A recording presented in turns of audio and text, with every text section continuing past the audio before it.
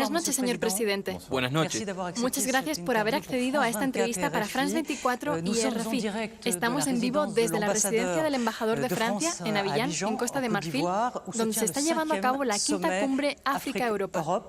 Será entrevistado por Christophe Boisbouvier de RFI. Y por Roselyne Fer, de France 24. Entonces, señor presidente, usted calificó la venta de los migrantes africanos en las subastas en Libia como un crimen contra la humanidad. Propuso una iniciativa euroafricana para darle un golpe a las organizaciones criminales y a las redes de traficantes. En concreto, ¿cómo piensa hacerlo? Sé que tiene una reunión que se llevará a cabo esta noche. ¿Alega usted por una intervención armada en Libia para desmantelar las redes de traficantes y a la vez para repatriar a sus países a estos migrantes que están atrapados allí? Mire, lo que pasa en Libia, en efecto, lo condené severamente. Es un crimen contra la humanidad. Lo que ocurre es tráfico de personas. Se reconoce jurídicamente y debemos, evidentemente, no solo denunciar, sino actuar. Actuar de varias formas. En primer lugar, atacando de forma colectiva estas redes de traficantes. Operan en África, operan desde el cinturón del Sahel hasta los confines de Libia, con conexiones que les permiten enseguida cruzar el Mediterráneo. Cruzarlo con hombres y mujeres, que en su mayoría vienen del África Occidental y que van a pasar meses, incluso años, en condición de esclavos permanentes.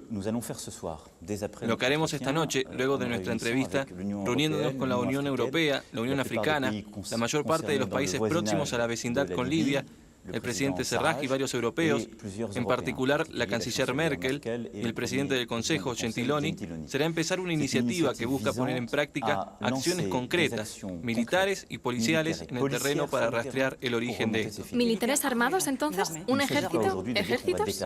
No se trata de decir ya mismo que vamos a declarar la guerra. Hay un Estado que se encuentra en plena transición política, Libia. Es por esto que el presidente Serraj está aquí. Hay una respuesta llevada a cabo en dicho sitio por el presidente Serraj y el comandante Haftar. Pero hay una acción policial reforzada que debemos llevar a cabo para desmantelar estas redes.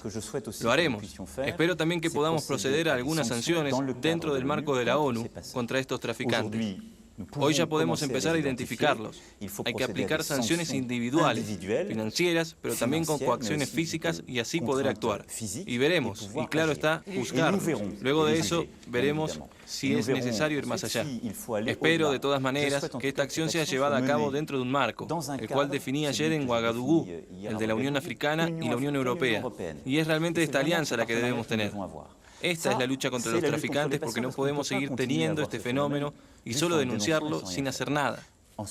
Además, porque estos traficantes están profundamente ligados a varias organizaciones terroristas que alimentan, a veces financian, y a veces son los mismos que quienes hacen la guerra y cada día cobran vidas en el cinturón del Sahel.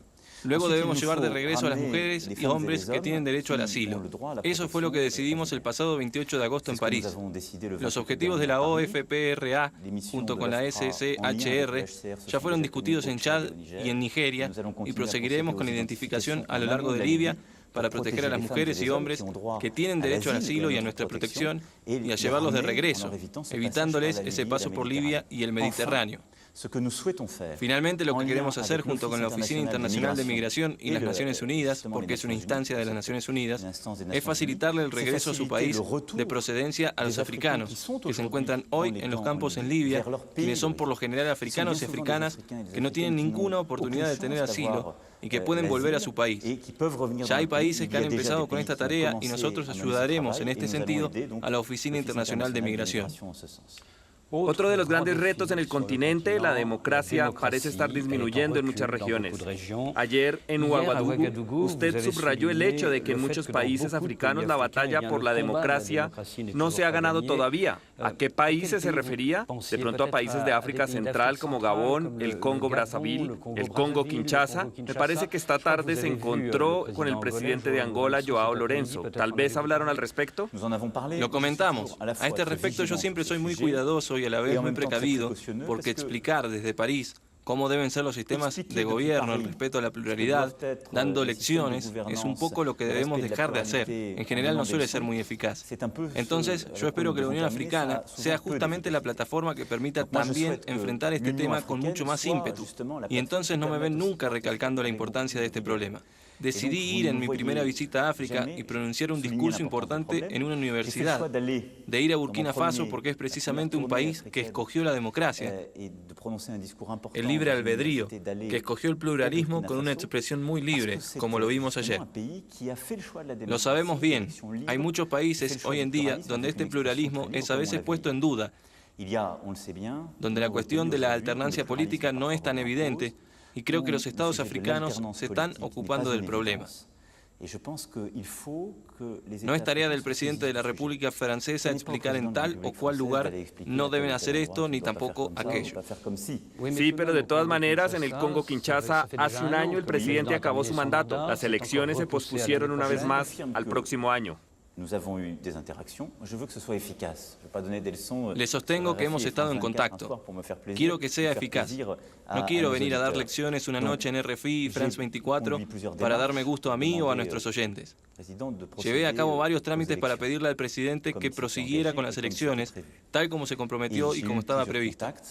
Y tuve varios contactos, particularmente el que usted evocó hoy sagazmente, también con la Unión Africana, con el presidente actual y el próximo, para que se dé una discusión en el marco de la Unión Africana que, me parece, es el espacio adecuado para darse, para que así podamos tener en el 2018 unas elecciones en el marco de lo previsto constitucionalmente. Usted menciona estas alternancias difíciles que no existen. En Togo nunca las ha habido y sigue siendo la misma familia gobernante hace 50 años. ¿Le parece esto normal?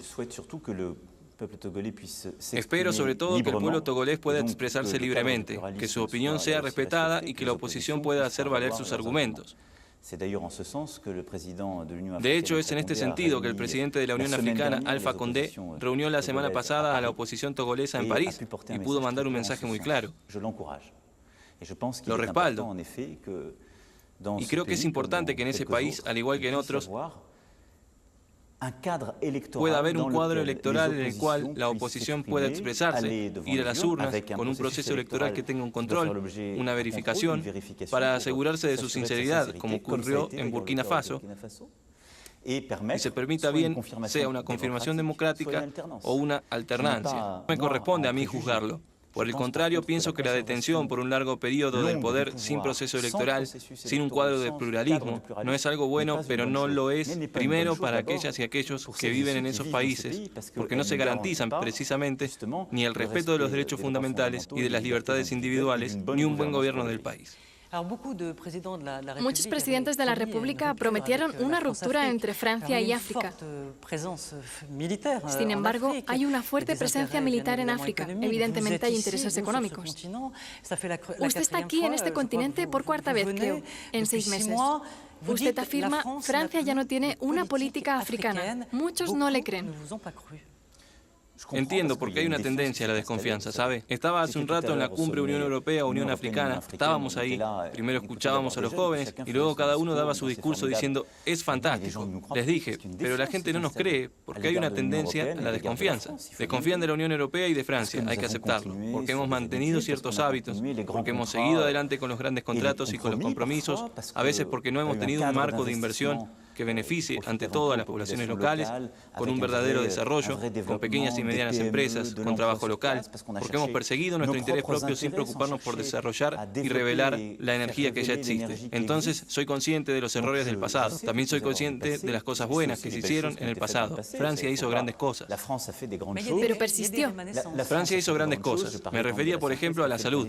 Lo que hizo el presidente Chirac en materia de salud en el continente africano es algo importante. Y debemos reconocerlo porque avanzamos en la lucha contra las pandemias. Entonces, yo tengo una visión libre de prejuicios. Y se los dije ayer, lo veo desde una perspectiva generacional. El 70% de este continente son jóvenes. Usted les llamaba amigos míos, les decía amigos míos. Sí, porque esta generación, el rostro de África, hoy no es solamente el de sus dirigentes. En muchos lugares, los dirigentes pertenecen a una generación que vivió la descolonización y sus traumas. Pero el 70% de África son los jóvenes. Una juventud que no conoció la colonización. Entonces, si entablamos con ellos una discusión, unos siendo paternalistas, los otros anticolonialistas, que resulta totalmente falsa, ahondaremos en problemas del pasado. Ayer se lo dije a una joven, que me hablaba como si le hablara a François Mitterrand hace 31 años, durante lo que fue la última visita de un presidente francés en Burkina Faso. Entonces hay que cambiar ese registro. ¿Con qué me refiero a cambiarlo? Es ver que podemos lograr que esta juventud se mueva a través de innovaciones. Podemos lograr que se mueva en este cimiento lingüístico-cultural sobre el cual insistía ayer, a través del deporte, por ejemplo. Es también reconocer que cuando hablamos de África, hablamos también de un continente, como dije ayer, con su diversidad, con sus 54 países, y ya no de bloques regionales en los cuales nos quedábamos. Y también hablamos de nosotros, porque cuando hablamos de África, ustedes y buena parte de los espectadores y oyentes lo saben bien, hablamos de francesas y franceses nacidos allá, hablamos de doble nacionalidad, hablamos de diáspora, y entonces hablamos de algo que nos concierne. Y ese trauma que hay entre ambos continentes, entre nuestro país y este continente, estos múltiples bloqueos, estos complejos que, según como lo veo, son a veces cosas del pasado, son lo que nos impide seguir adelante en el país. Justamente, algunos políticos franceses, en Francia en particular en la oposición, le reprochan el haber tenido una actitud arrogante, desenvuelta con el presidente de Burkina Faso cuando estaba en este anfiteatro, donde había mucha energía. Usted tenía preguntas sin filtro, hubo realmente un diálogo, usted bromeó, etc. Y en un momento dado, el presidente burkinabé se retiró para una pausa técnica y en ese momento usted dijo, se fue a reparar el aire acondicionado y esto tenía que ver precisamente con la electricidad. Y a algunos esto les pareció racista, a algunos quienes no voy a nombrar. Son ellos los verdaderos paternalistas, porque se piensa que uno no puede hacer bromas cuando está hablando con un dirigente africano. ¿Pero haría usted bromas con Merkel? ¿Angela Merkel? Se lo afirmo, habría hecho bromas con cualquier dirigente europeo con el que tenga esta relación. No tenemos este tipo de relación con Angela Merkel. La tengo, por ejemplo, con Jean-Claude Juncker, la tengo con el primer ministro de Luxemburgo. Todo depende de la relación personal. Resulta que tenemos una buena relación con Roch Kaboré y entonces nos hacemos bromas y de hecho, lo habrán notado, se rió. ¿Ah, sí? ¿Él se lo dijo? Pero por supuesto, de hecho volvió, hizo un gesto al irse. Entonces todo esto es ridículo. Es ridículo primero porque los comentaristas estaban fuera de contexto. Ustedes estaban ahí y vieron que no pasó nada de lo que se dijo. Solo había energía, vitalidad, sinceridad del momento y de un instante preciso. Y sobre todo el humor, la risa, implican una relación de igual a igual. Es decir, que uno puede reírse de sí mismo y del otro. Porque, sabe, habría temas prohibidos cuando uno viene a África. Habría verdades que no se pueden decir. Esto hace parte de los bloqueos. Debemos poder decir las cosas tranquilamente y también debemos poder hacer bromas. Él iba, como usted bellamente lo dijo, a hacer una pausa técnica. Y la joven me había interpelado de manera lírica sobre el hecho de que íbamos a inaugurar una central solar, pero que aquí el aire acondicionado no funcionaba. Y le dije que, sobre todo, no le correspondía al presidente de la República Francesa arreglar la climatización de la Universidad de Ouagadougou porque no estaba dentro de mis facultades. La climatización de Nanterres o de París 1, tal vez.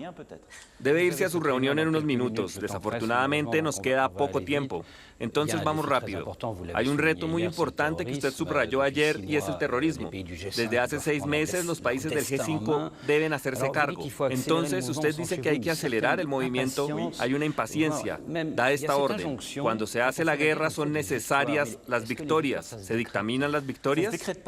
No se dictaminan, pero sí hay que movilizarse por ellas. Lo que he podido constatar hoy es que algunos de nuestros aliados fueron derrotados en la región, con golpes duros dados por el ejército norteamericano que intervenía junto con el ejército nigeriano. Hay insurgencias todavía de nuestros oponentes terroristas, como en el norte de Burkina hace 2 días. Y no logramos erradicar del todo a estos grupos. Puedo constatar que la operación Barkhane está ahí, firme, se instaló con más de 4.000 hombres y que las fuerzas del G5 Sahel, que instalamos en julio en Bamako, se están organizando, pero no lo suficientemente rápido. Entonces, lo digo, invertiré toda la energía francesa. Lo precisé ayer con el presidente Kaboré. Je mettrai toute l'énergie française, je l'ai encore précisé hier avec le président Kaboré, je vais en reparler tout à l'heure avec les 4 présidents présents Y voy a hablar al respecto más tarde con los 4 presidentes del G5 Sahel aquí en Abiyán. Las cooperaciones bilaterales que se deciden, obtuve que haya una nueva financiación. Hago un llamado a que la Unión Europea, los países europeos, financien esta iniciativa. Pero necesitamos ejércitos africanos que vengan a apoyarnos, que vayan a las zonas fronterizas un poco más abandonadas por estar más lejos del conflicto central para reforzar la presencia militar. Y está claro que el centro de Mali hoy en día necesita una presencia fuerte, que la frontera Mali-Nigeria-Burkina necesita una presencia fuerte que surge mediante el G5 Sahel y que espero nos permita ganarle a estos terroristas que hoy en día siembran el terror, que instalan consigo una ola de oscurantismo que debilita a los estados.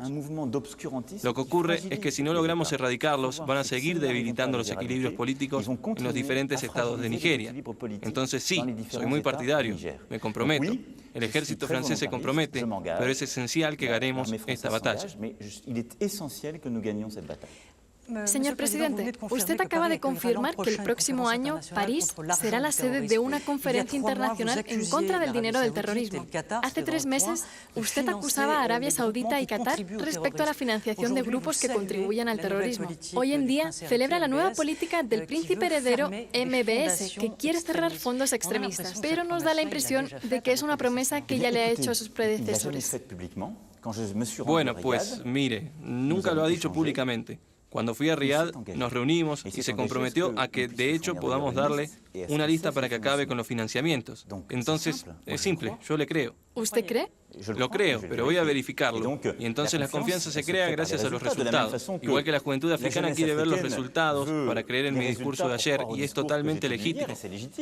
Y me comprometí, tengo la lista, ustedes conocen mis compromisos de ayer, mandé a hacer la lista y voy a hacerle seguimiento a cada uno y podrían decir, no confiamos en usted porque usted no hizo esto o aquello. Entonces le pedí a los dirigentes que se quejan de estos financiamientos, que vienen de tal o cual país, a darme una lista. La entrego según lo que nos interesa y cada mes nos aseguraremos de esto. Le pedí lo mismo a Qatar, a Turquía y a Irán. ¿Va a ir a Qatar? Voy a ir la próxima semana. Idem. ¿Y a Irán? ¿Va a ir? Iré, como lo dije, a Irán a su debido tiempo. Hay que preparar este viaje.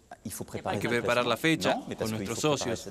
Pero dentro del marco que establecí, Irán no es un socio, pero tenemos una relación que se estructura sobre un acuerdo en cuanto a lo nuclear.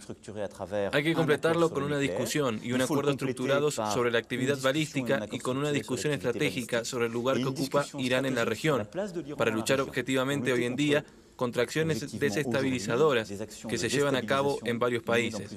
Pero yo creo en los compromisos que se toman porque quiero ponerlos por escrito, darles seguimiento y evaluarlos. Me doy cuenta que en todo caso, en las discusiones que hemos tenido, en los compromisos que están dispuestos a tomar, hay un cambio de tono y eso es un comienzo. Están dispuestos a venir a esta cumbre en París para luchar contra el financiamiento de grupos terroristas y tendremos detrás compromisos concretos. Yo creo solo en lo concreto. Una sola pregunta, la última. Respecto al drama que azotó a RFI hace 4 años, nuestros corresponsales especiales, Lisanne Dupont y Claude Berlon, fueron asesinados en Kindal. Aún quedan muchas zonas grises. Muchos sospechosos han sido eliminados por el ejército francés. Otros se esconden tras la frontera argelina. ¿Esto quiere decir que los criminales nunca serán capturados ni juzgados? No. En primer lugar, tiene usted mucha razón de recordar estas 2 voces que nos faltan y a sus colegas, que pagaron el precio de este terrorismo y de estos grupos extremistas que se perciben en la región. Nuestros pensamientos siguen estando con sus familiares y sus prójimos. El ministro de Relaciones Exteriores se reunió con ellos para explicarles lo que estamos tratando de hacer hoy en día. Hubo varias operaciones que, en efecto, por ser ellos extremistas, por ir hasta la muerte misma, han conducido a la neutralización, como usted dice, de varios de los que los secuestraron y los ejecutaron. Continuamos buscando activamente.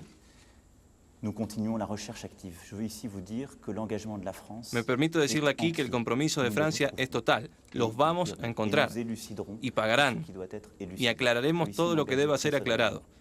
Quiero aquí comprometerme de forma muy solemne. Francia está poniendo todo de su parte para que se sepa toda la verdad sobre este asunto y está poniendo todo de su parte para poder capturar al resto de los comandantes de estos crímenes. Pero esto se junta con lo que decía hace un rato. Estos terroristas que van hasta los confines del Sahel para esconderse y llevar a cabo razias, ataques contra la población civil, contra los periodistas, incluso a veces contra los electos en los países del Sahel para desestabilizarlos, para luchar contra la libertad, para erradicar nuestros valores. Este es el combate que llevamos en el Sahel. El Sahel debe volver a ser una región donde África respire, de cierta forma, una región que una varias Áfricas y no esta ruta de la necesidad, del odio y del terror en la que se está convirtiendo. Y tenemos una responsabilidad inmensa a nivel colectivo por esto. Señor presidente, gracias por haber accedido a esta gran entrevista sobre política extranjera. Nos habría gustado tener un poco más de tiempo, pero tiene afán, entonces... Debo seguir actuando con mis colegas europeos y africanos, con la Unión Europea y la Unión Africana en cuanto a Libia, pero me comprometo a que sigamos esta conversación en otro contexto. Tenemos aún muchas cosas por conversar, desde Corea del Norte hasta el Líbano, pasando por... Sobre Corea, tal vez, en pocas palabras, ¿condena usted el misil? Claro que condeno, una vez más, el lanzamiento que se hizo ayer con la mayor vehemencia y ahora debemos aumentar las sanciones y cuento en particular con China y con Rusia para poder aplicar las sanciones más difíciles y más eficaces en Corea. Gracias, señor presidente. En nombre de France 24 y de RFI, muchas gracias. Gracias a ustedes.